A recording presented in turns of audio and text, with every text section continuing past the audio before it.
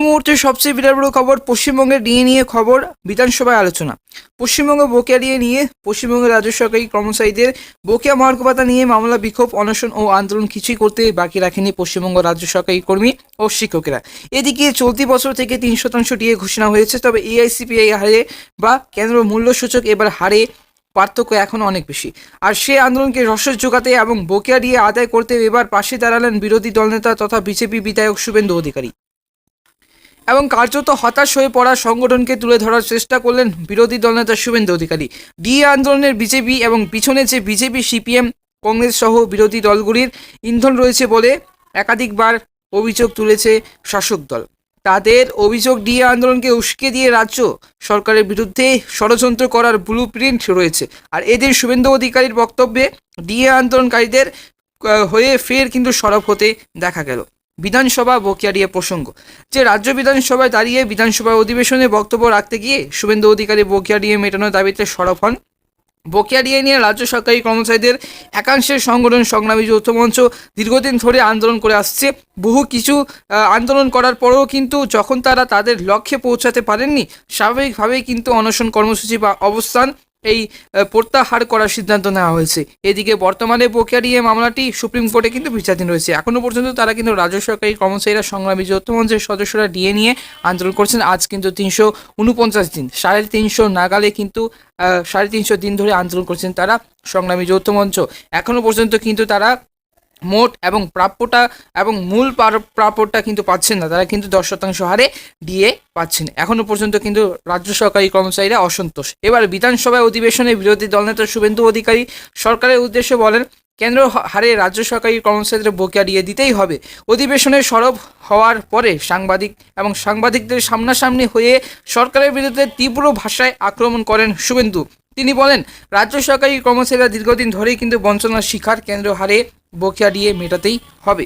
তিনি আরও বলেন, সরকারি কর্মচারীদের সংসার চলছে না, টানাপোড়েন রয়েছে, কষ্টের মধ্যে রয়েছে তারা। রাজ্যের যে লক্ষ লক্ষ সরকারি কর্মচারী এবং পেনশনাররা ডিএ আর ডিআর পাচ্ছেন না। সুপ্রিম কোর্টে ডিএ মামলা চলছে, বিচারাধীন বিষয় নিয়ে কিন্তু কিছু বলতে চাই না, তবে রাজ্য সরকার বিচারাধীন বিষয় নিয়ে মন্তব্য করে যত দ্রুত সম্ভব সরকারি কর্মচারীদের ডিএ মেটাতেই হবে। সরকারের তরফে সুপ্রিম কোর্টে বারবার কিন্তু মামলা পিছিয়ে দেওয়া হচ্ছে। আর শুভেন্দুর এই বক্তব্যের পরেই কার্যত নতুন করে অক্সিজেন জুগিয়েছে ডিএ আন্দোলনকারীদের একাংশের এবং কাকতালীয়ভাবে এই যে বক্তব্যের পরেই কিন্তু নয়া কর্মসূচি চিন্তা ভাবনা শুরু হয়েছে।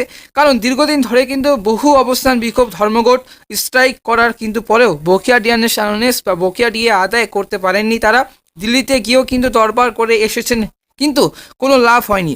এদিকে রাজ্যের সরকারি কর্মচারীদের রাজ্যের মুখ্যমন্ত্রী মমতা বন্দ্যোপাধ্যায় সব জানিয়ে দিয়েছেন, রাজ্য সরকারের চাকরি করে কেন্দ্র হারে ডিএ দেওয়া এবং ডিএ দাবি করা কিন্তু যুক্তিসঙ্গত নয়। মুখ্যমন্ত্রী কিন্তু সব জানিয়ে দিয়েছেন, রাজ্য সরকারের চাকরি করে কেন্দ্র হারে ডিএ দাবি করে এবং ডিএ দাবি করা যুক্তিসঙ্গত নয়। ফলে কেন্দ্রীয় হারে বকেয়া ডিএনএস দেওয়া সম্ভব নয়। রাজ্য সরকারের অভিযোগ, এই মুহূর্তে কেন্দ্র সরকারের ধারাবাহিক বঞ্চনা চলছে। রাজ্যের বিভিন্ন খাতে টাকা দেওয়া বন্ধ করে দিয়েছে মোদী সরকার, বা কেন্দ্র সরকার দিচ্ছে না রাজ্য সরকারকে টাকা, তাই প্রাপ্য ডিএ মেটানো যাচ্ছে না বলে এই যে মুখ্যমন্ত্রীর মতে।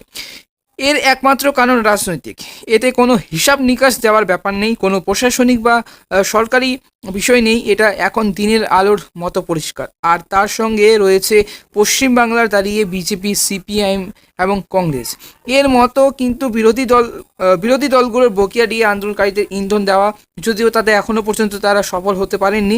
কলকাতা হাইকোর্টের তরফ থেকে কিন্তু রাজ্য সরকারি কর্মচারীদের বকেয়া ডিএ মিটিয়ে দেওয়ার জন্য রাজ্য সরকারকে কিন্তু নির্দেশ দেওয়া হয়। আর রাজ্য সরকার সেই নির্দেশকে চ্যালেঞ্জ জানিয়ে সুপ্রিম কোর্টে এসএলপি দাখিল করে চলতি জুলাই মাসে। এবং গত চলতি জুলাই মাসে যে সুপ্রিম কোর্টে বকেয়া ডিএ মামলার শুনানির জন্য উঠলে কিন্তু সেখানে রাজ্য সরকারের আইনজীবী অভিষেক মনু সিংভি জানান, মামলাটি নিষ্পত্তি করতে সময় লাগবে। আর তারপরে এই যে মামলা শুনানি আরও প্রায় 3 থেকে 4 মাস পিছিয়ে দেওয়া হয়েছে। ফলে স্বাভাবিকভাবেই কিন্তু একেবারে হতাশ হয়ে পড়েছেন ডিএনএস বা ডিএ আন্দোলনকারীরা, যারা সংগ্রামী যৌথ মঞ্চ ডিএ প্রাপ্য জন্য কিন্তু ডিএ নিজের ন্যায্য দাবির জন্য কিন্তু আন্দোলন করছেন, লড়াই করছেন।